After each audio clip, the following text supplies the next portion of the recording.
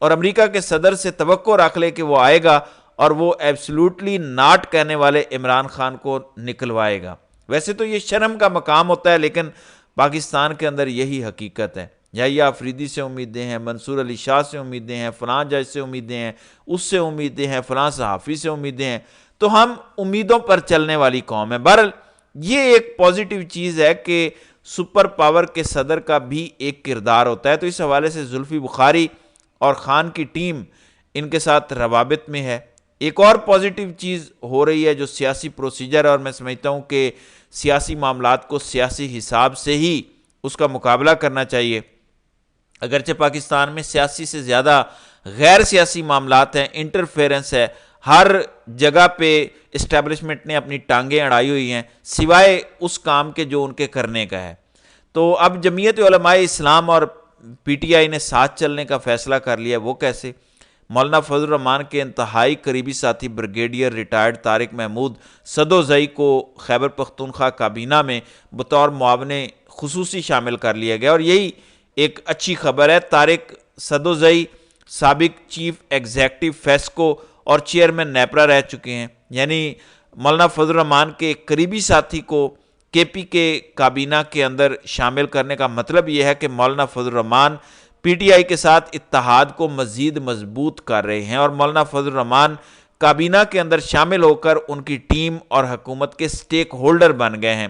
وہ جو ایک لالچ دی جا رہی تھی حکومت کی جانب سے کہ ہم مولانا کے بیٹے کو یا مولانا کے سمدھی کو کے پی کے کا گورنر لگا دیتے ہیں، یہ کر دیتے ہیں، وہ کر دیتے ہیں، تو یہ سیاسی محاذ پر ایک بڑی پیش رفت اور ایک بڑی پازیٹیو چیز ہے، خاص طور پر ان حالات میں جب یہ 26ویں آئینی ترمیم اور اس کے بعد ایکسٹینشن اور وہ سارا معاملہ ہو چکا ہے۔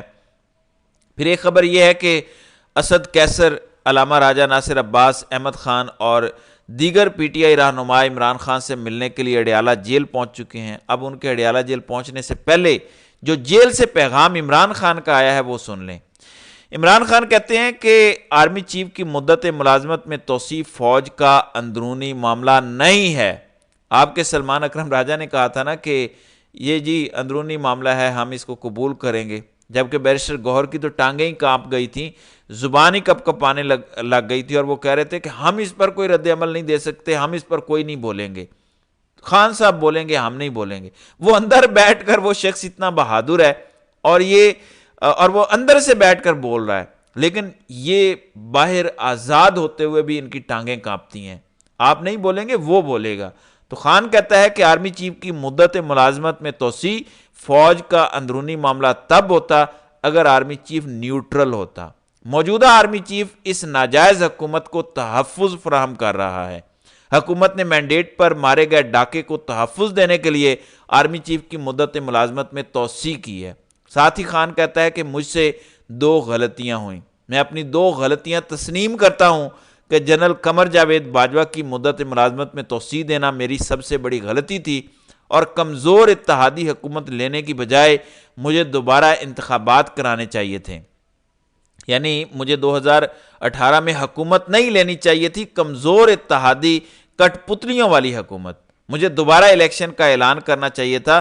کہتے ہیں ملک میں جمہوریت برائے نام رہ گئی ہے، عدلیہ ایک جمہوری ملک میں آزادی کی ضمانت ہوتی ہے جو اب نہیں ہے۔ ملک میں صرف انتخابات سے جمہوریت نہیں آتی، حقیقی جمہوریت کے لیے صاف شفاف انتخابات، آزاد عدلیہ، قانون کی بالادستی اور احتساب کا ہونا ضروری ہے، ورنہ انتخابات کا ڈھونگ تو ڈکٹیٹر بھی رچاتے رہے ہیں۔ مارشل لاؤ کے دور میں بھی الیکشن ہوتے رہے ہیں۔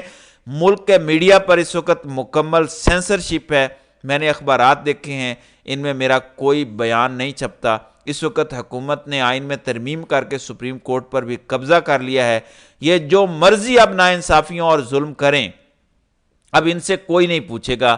پی ٹی آئی جو ملک کی سب سے بڑی جماعت ہے، اس کو ہرانے کے لیے قاضی فائز عیسیٰ اور چیف الیکشن کمشنر ان کے ساتھ مل کر چوری میں ان کے مددگار رہے۔ انہوں نے جو پاکستان کے عوام کے مینڈیٹ پر ڈاکہ مارا، اس کو بچانے کے لیے انہوں نے یہ ساری قانون سازی کی ہے۔ خان نے کہا کہ اب میری اپنی ساری پارٹی بالخصوص قیادت کو یہ پیغام ہے کہ احتجاجی تحریک کی تیاری کریں۔ احتجاج کی قیادت پی ٹی آئی کی جوائنٹ لیڈرشپ کرے گی۔ جو ٹکٹ ہولڈر یا عہدیدار احتجاج میں شرکت نہیں کرے گا اس کی پارٹی میں کوئی جگہ نہیں ہوگی اور ہم اس کو اگلے الیکشن میں ٹکٹ بھی نہیں دیں گے۔ لہٰذا آپ سڑکوں پر نکلیں اور کوئی رستہ نہیں بچا، اب صرف دما دم مست قلندر ہوگا۔ اتحاد بنائیں، اپنی تنظیم بنائیں اور سڑکوں پر نکلنے کی تیاری کریں۔ تو یہ ہے عمران خان کا پیغام۔ تو ناظرین کرام، آپ کی اس ویڈیو کے حوالے سے کیا رائے ہے؟ آپ اپنی رائے کا اظہار کامنٹ سیکشن میں ضرور کیجیے گا۔